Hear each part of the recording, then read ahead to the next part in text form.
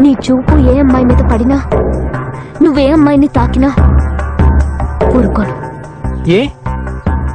ఎందుకంటే నువ్వు నా సొంతం. స్వార్థం కూడా ఒక్కోసారి ఎంత ముచ్చటగా ఉంటుందో నీ కోపం చూశాకే అర్థమైంది. నా చూపు, మనసు, స్పర్శ మరొకరిపై పడకూడదన్నావు. అన్నీ నీకే సొంతం కావాలన్నావు.